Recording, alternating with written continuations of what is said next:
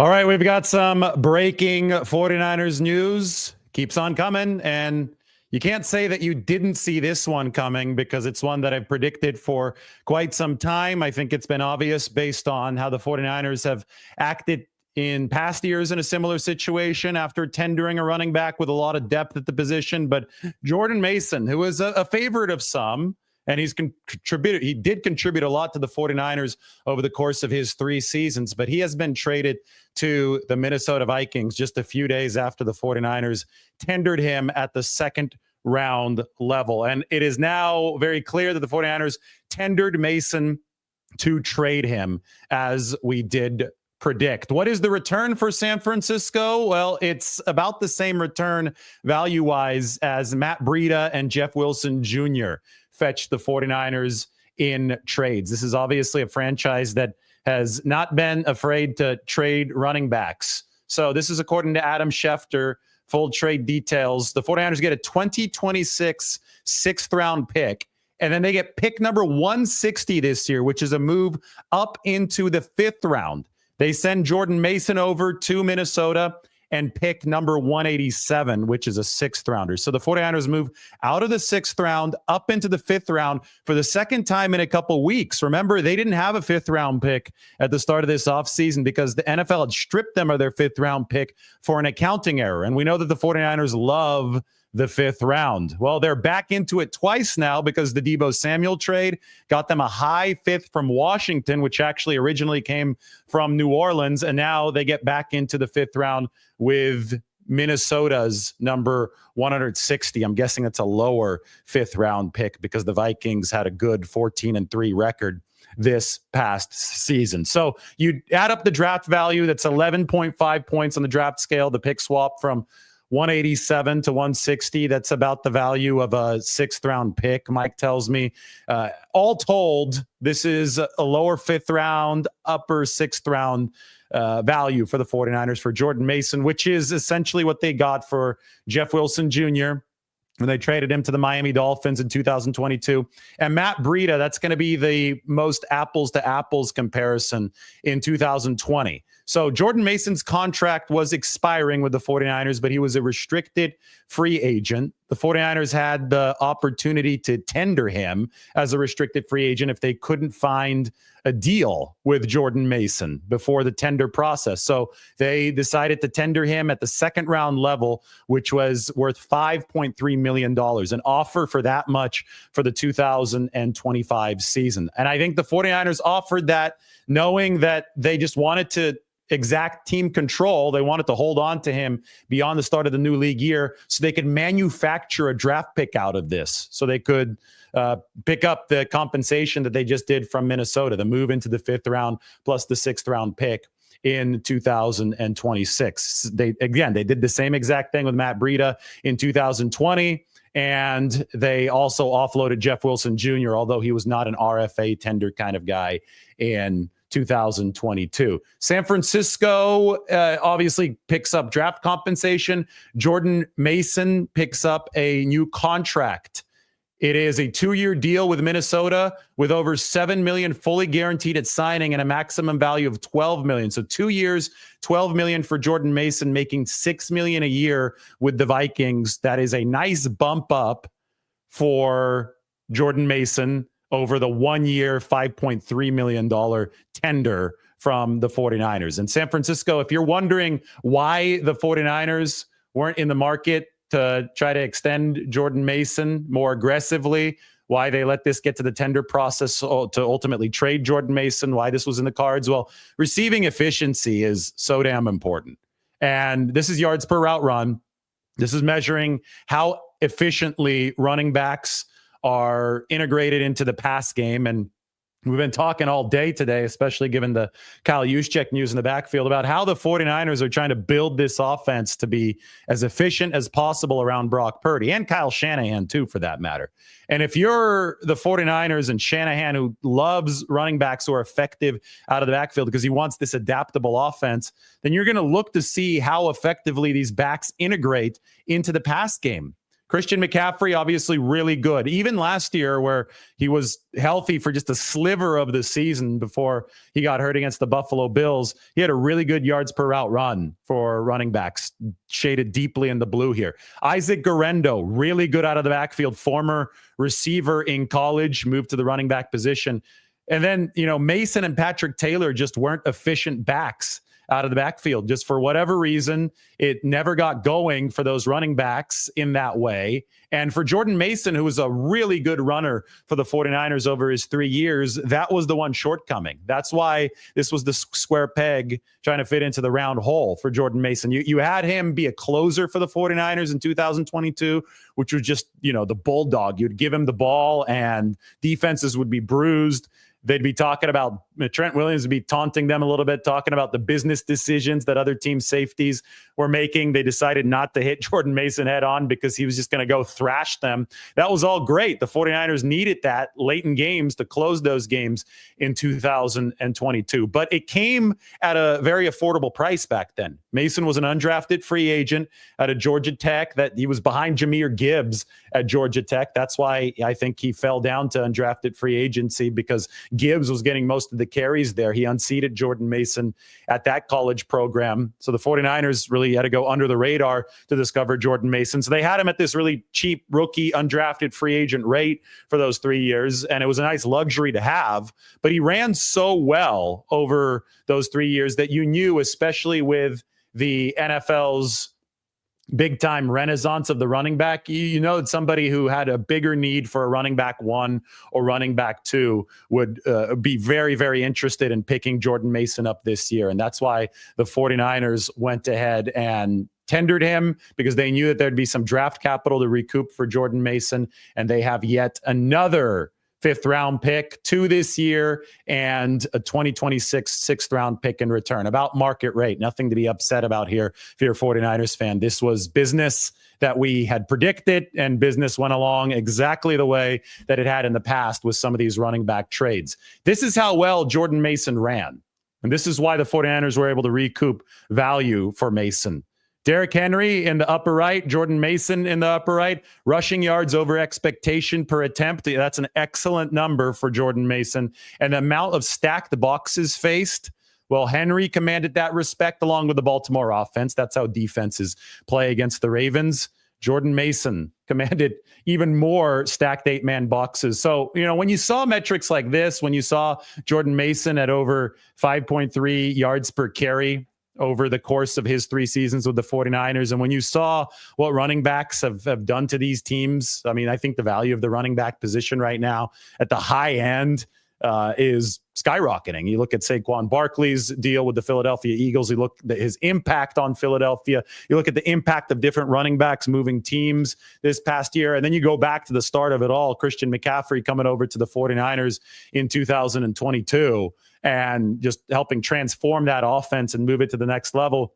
You know that there's going to be big time demand for the guys at the very top end. Nobody's saying that Mason was a complete top end back because of the receiving stats. Those weren't quite as good. Wasn't nearly as effectively integrated into the run game, but he did run extremely violently, extremely well. And that was what gave him trade value.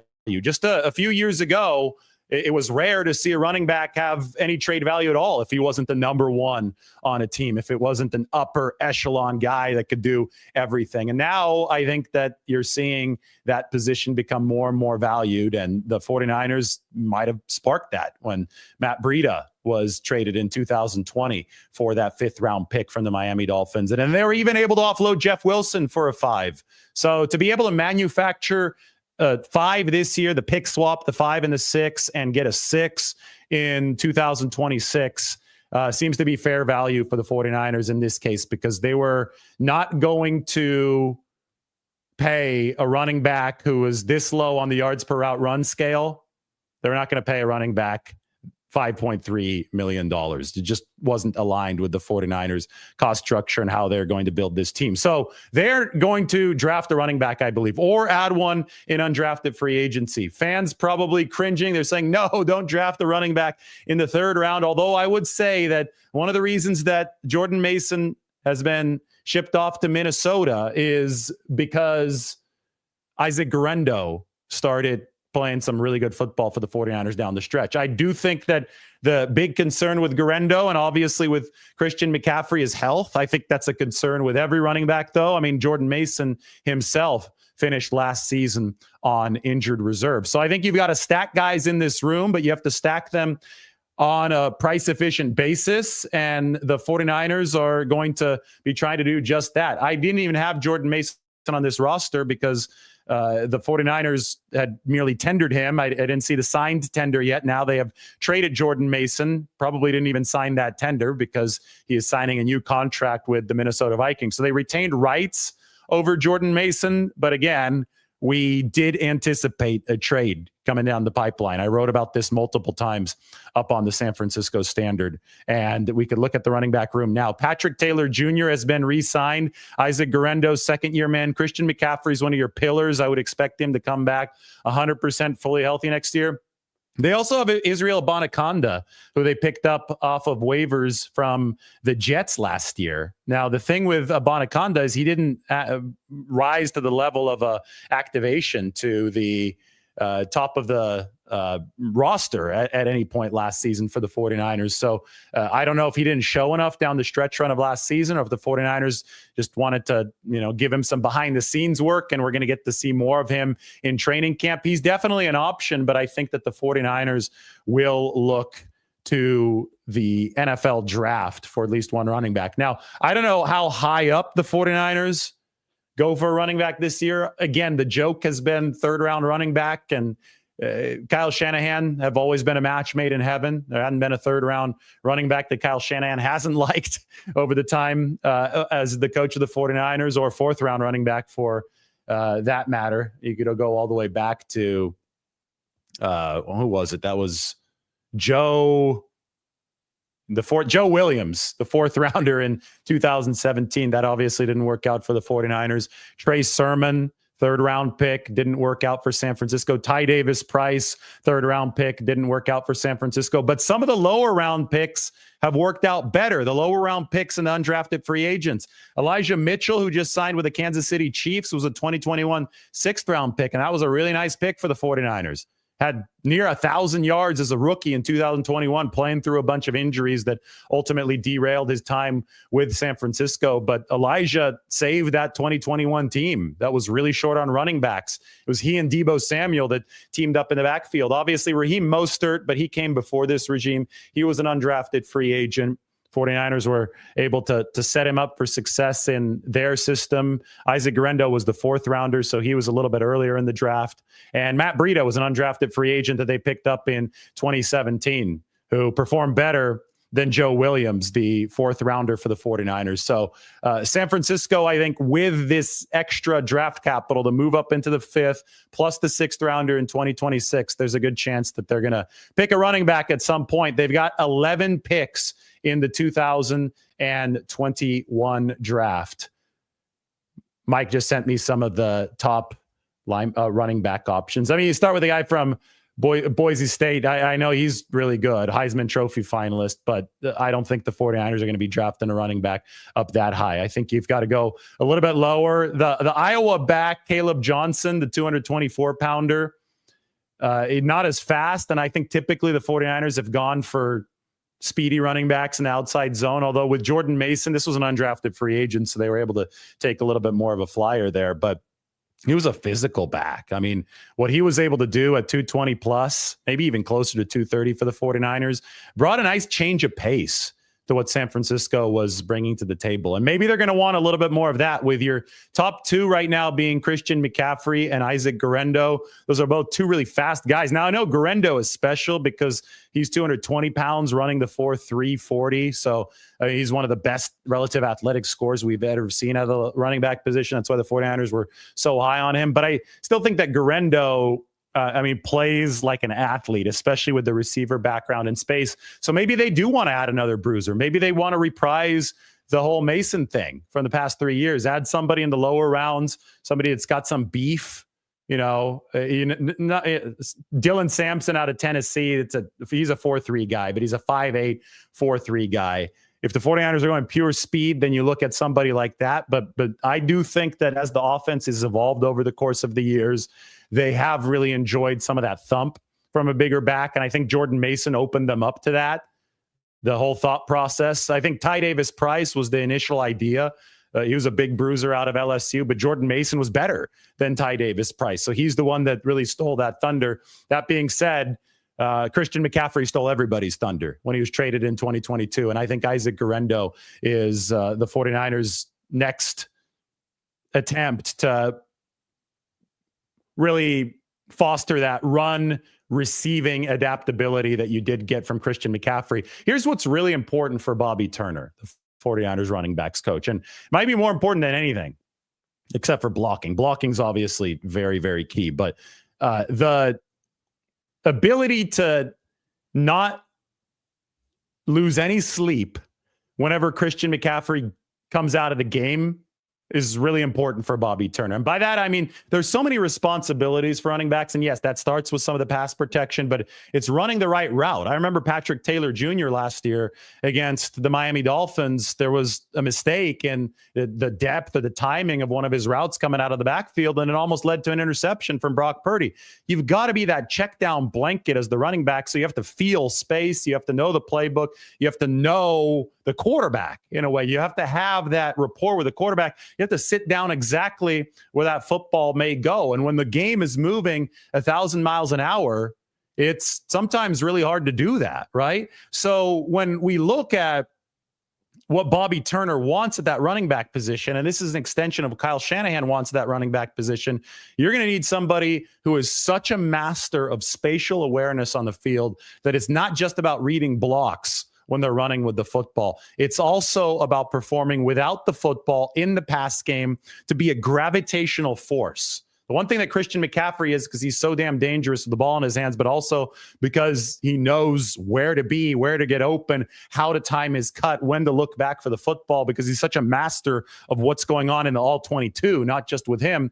The reason McCaffrey is so damn good is because of that maestro level ability to see the whole game.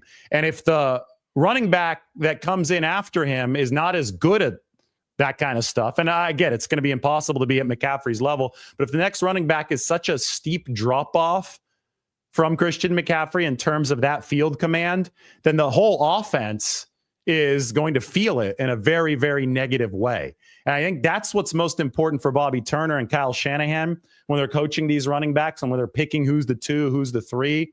You have to be able to replicate the comfort level that Christian McCaffrey brings. You don't have to be as good as Christian McCaffrey, but you have to be able to bring the comfort level that McCaffrey is able to bring Brock Purdy and the rest of the offense and the play caller, knowing that you're going to be in the right place at the right time, knowing that you're going to be able to be this functional extension of the pass game. And, I think the statistic that I put up on the screen here a little bit earlier with the yards per route run, this is probably our most effective measure of how something like that might work. Yards per route run is going to measure every single time a running back goes out on one of those pass patterns. So it's not just yards per reception or yards per target. It's every time he's running out there, even if he's not targeted, which gives you a better idea of the efficiency within the offense. So it's not just about running the football, because we know that Jordan Mason was really, really good at that. I mean, anytime you could be in the same spot as Derrick Henry in a graph like this, you are going to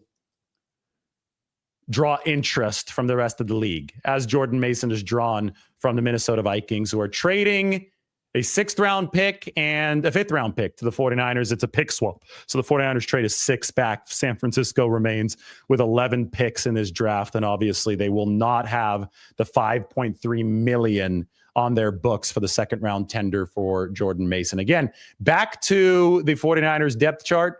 This is what it looks like. Mason is no longer on it. I never even put him on this because we didn't get word that he signed his tender. That would have been necessary for him to be part of the 49ers this year. It is McCaffrey with Kyle Juszczyk added back into the running back room today.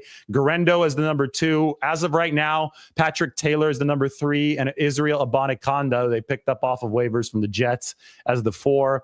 I would expect the 49ers to draft the running back. I did expect them to trade Jordan Mason. I think they tendered him to trade him. They create draft value out of thin air. That's something that good franchises do in situations like this.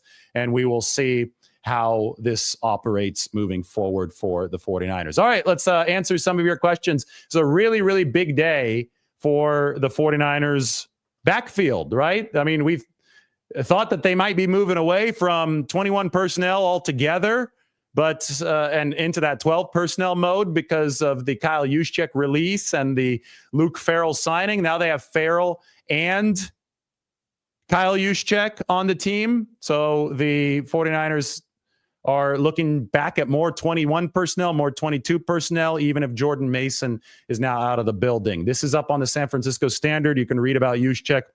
You'll be able to read about Jordan Mason very shortly. And I'm going to give this link over to Mike before I answer my own questions here. As Mike says, you don't pay running backs who are not elite. Yes, I think that's the fair take. And I think that the 49ers have realized that. I think that's why they've traded away running backs in the past, especially one like Matt Breida in the very same situation. They paid Christian McCaffrey last offseason. I think he'll reward them for that. I think it was really bad luck that the Achilles flared up right before the start of this past regular season.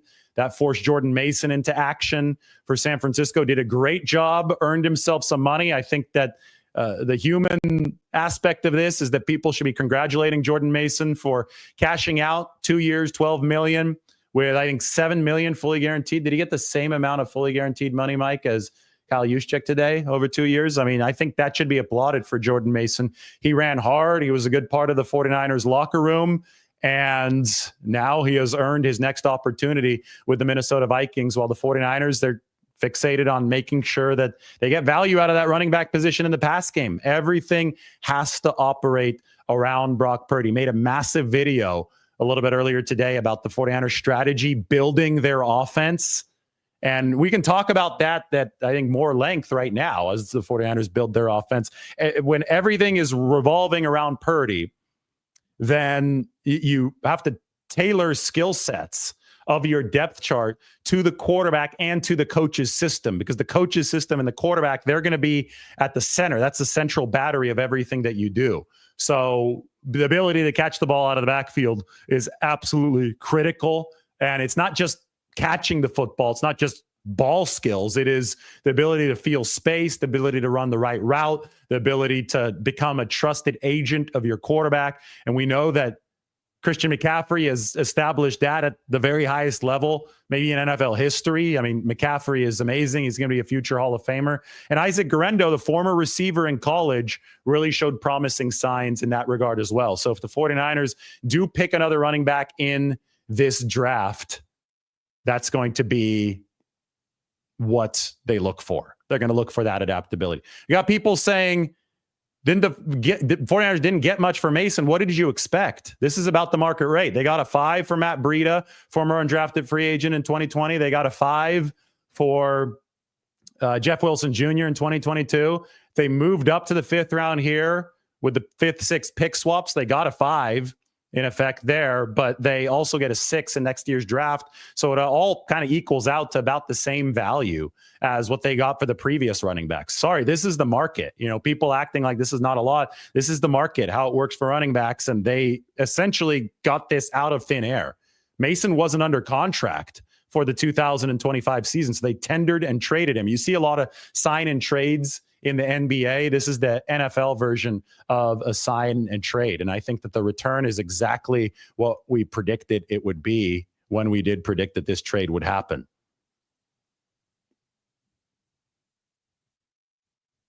Mason was not the best back that the 49ers had. Christian McCaffrey is a future Hall of Famer, and he is on this roster. Yes, he was on a second-round tender, but he didn't get swooped up by the tender process. The 49ers traded him because nobody was interested in Jordan Mason at a second-round level. So another team could have swooped in and said, all right, we'll pay him more and we'll send you a second-round pick. But nobody actually wanted to do that. So teams bypassed the tender process and negotiated a trade with the 49ers that brought San Francisco the 5 and the pick swap and the 6. I hope that makes sense. The tender process was a little bit too expensive, but the 49ers could not original round tender Jordan Mason because another team would have swooped in and grabbed him without the draft compensation. Original round tenders don't have draft compensation. Second round tenders do. So to have the contractual control that the 49ers needed over Jordan Mason in order to set up a trade, they needed to put that more expensive second round tender on him. So that blocked other teams from just outbidding the 49ers.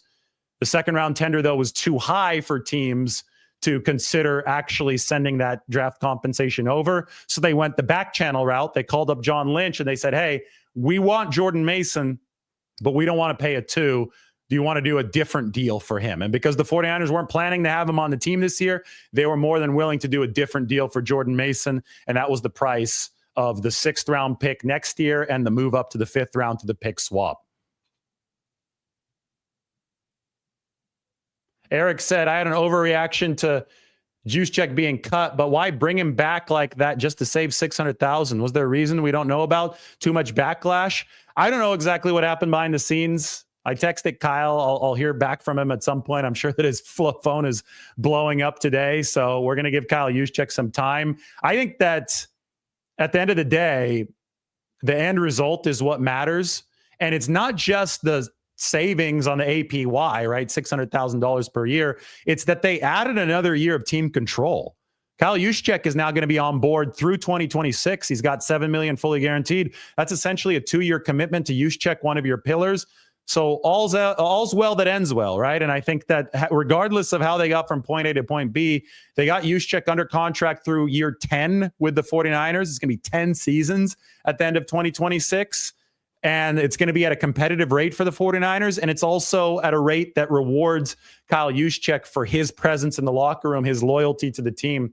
The $7 million fully guaranteed is a big deal for him at this stage of his career. You cannot make a credible football argument that the 49ers are better without Kyle Juszczyk on the roster. He's a really good player, 9-time Pro Bowler. He's awesome, right? And he's going to help the 49ers not only stay in 21 personnel, but now that he pairs with Luke Farrell, they're going to be able to move up to 22 personnel much more often. 2 backs, 2 tight ends. The adaptability is king. And I think Kyle Juszczyk gives the 49ers that adaptability. Got a pick prediction at pick number 100. DJ Giddens. All right. Well, I'll book it. I'll remember that. Thank you guys for the super chats. And we will continue to talk about Jordan Mason and this trade, Kyle Juszczyk, whatever the hell you guys want to talk about. But to recap, the 49ers have traded Jordan Mason to the Minnesota Vikings. They received that 5th round pick in return, the move up from, get this up on the screen for you guys. Adam Schefter had the full trade details for everybody. A move up from number 187 to 160. So the 49ers are in the 5th round. The only reason they're in the 5th round is because of trades, the Deebo Samuel trade and the Jordan Mason trade. Both net the 49ers 5th round picks this year. And they also pick up that 6 next year, but they do give up the 6 in this 2025 cycle. The move is obviously expected. I don't know how many times I have to say that it's expected, but it feels like I do because people act shocked on the internet. 49ers have done this kind of move before. You don't pay running backs who are not elite. And as well as Jordan Mason ran, and as much as the 49ers will congratulate him for this new deal that he has signed with the Minnesota Vikings at $6 million annually, the 49ers were not going to pay the tender price for them, $5.3 million, when the pass catching productivity was at this level for Jordan Mason. It just was not going to happen. Like, I don't know. People like to look at this as a video game and they say, pay everybody, do this, do that. This is not how NFL teams work. This is not how the 49ers have worked. Again, the cost controlled draft is the way to replenish a lot of these positions, especially the defensive side of the ball. That's where the 49ers are going to lean heavily into the draft. I think it's obvious when you look at San Francisco's depth chart, and they haven't signed any defensive linemen in this free agency period. They're going to try to build this like the Rams and the Eagles have through the draft, and like the 2019 49ers did through the draft. But I think the top offensive skill position weapons, you try to maintain as much continuity as possible. So that's going to be your QB, your wide receiver 1. They paid Ayuk last year, your tight end. They just added a second tight end because they really, really do believe that That blocking dimension is really important. They obviously did take care of Kyle Juszczyk. I mean, all those positions, extremely important for the 49ers to maintain the type of continuity that they're building into the offense. But running back 3, when the guy is behind McCaffrey and the guy is behind Isaac Guerrero, you can't afford $5.3 million in this situation. I mean, it's not how the economics of the NFL work. And the 49ers have obviously really been focused on the lean, mean, hungry budget this offseason. And they are pouring money into the offense, but only where it makes efficient sense. Only at those frontline positions they've needed. They've needed the tight end too. They really missed Charlie Werner after the 2023 season. They've needed fullback throughout the entirety of this time. That's the offense that they run out of 21 personnel. So they were able to work something out with Kyle Juszczyk. That was a dramatic reversal. Obviously, we saw them double down on Christian McCaffrey and Trent Williams, albeit with poor ROI last season after both of those guys got hurt. So they're hoping for much better ROI from their star players this next season. And they're going to double down on George Kittle this offseason. He's going to get an extension. You could assume that's coming down the pipeline, and they're going to hope to continue to get good ROI from him moving forward. So this is a Moneyball type of move. It's a move the 49ers have made before. It's worked for San Francisco before. And because, this was something that could have been expected this time, I don't see where all the controversy is coming from. Although I would not be shocked if this creates a big uproar from people because everything that the 49ers do apparently creates an uproar. But I think the histrionics should just calm down, and people should realize that this is the type of business move that the 49ers have been making over the past several seasons at the running back position.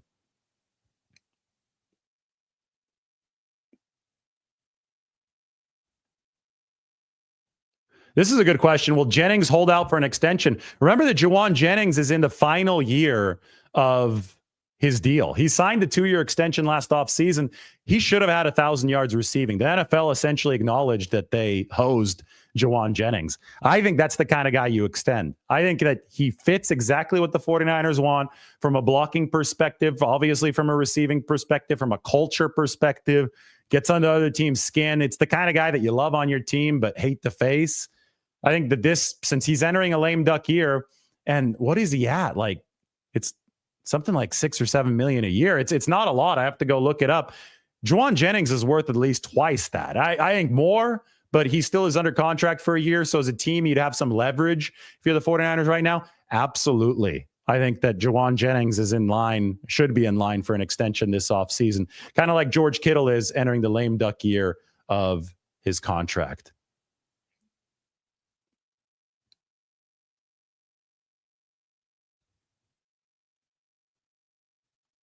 I disagree with this. I don't think Mason's attitude and performance changed for the worse after that presser fiasco. I also don't think that was that much of a fiasco. It was blown out of proportion by the media after the Jets game. The 49ers didn't know it was going to start. Like, if you talk to anybody, the Christian McCaffrey injury really came up as a surprise on him in that last week. And whatever Jordan Mason said in that post-game interview, it's like, who cares? That was fantasy football getting its fingers really deep into the game in a way that I just hate it.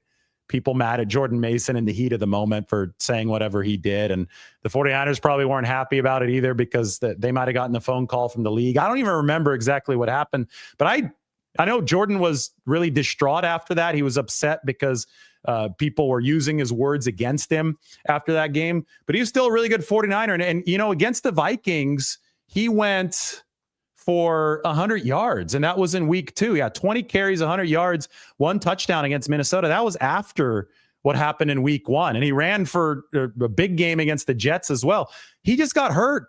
High ankle sprain at the end of the season for Jordan Mason. Just like all the other 49ers last year, he got hurt. And you know what? That physical running style, that's the type of back that every back is going to take a lot of abuse in the NFL. But I think the 49ers saw the physical running style of Jordan Mason, really appreciated what he dished out for them bruise-wise over the course of these 3 seasons. But there's a reason that the running back position typically doesn't age all too gracefully. And Mason's 25.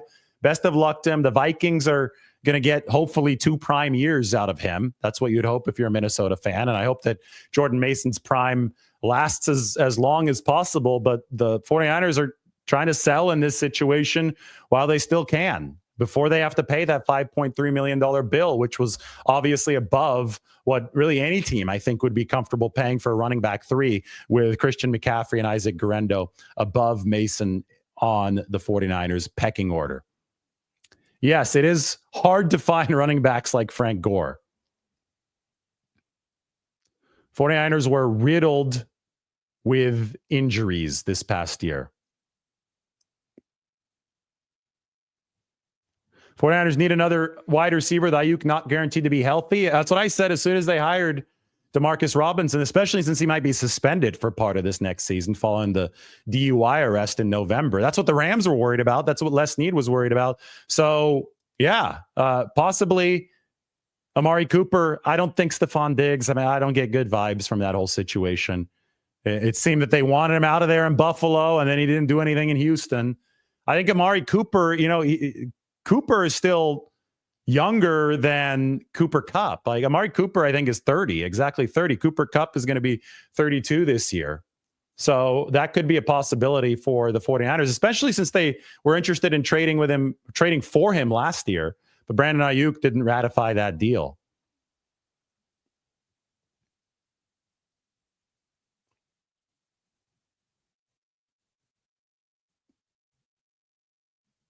Yep, Christian McCaffrey should be back and healthy next year. Guys, this trade is not controversial at all. So I get that some of you were emotionally attached to Jordan Mason, but whenever you've got a running back who's literally third on the pecking order because of where Guerendo is, who was not prolific in the receiving game, who was a restricted free agent tender, because he did run well. I mean, everybody acknowledges that Jordan Mason ran well. He's up here with Derrick Henry. But whenever you have that situation on this roster, it is pointing to a trade.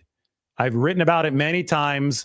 Let's not act like this is a big shock. I really, really think that people need to pipe down. I'm seeing real histrionics in the comment section. If any Vikings fans are watching, you got a great runner in Jordan Mason.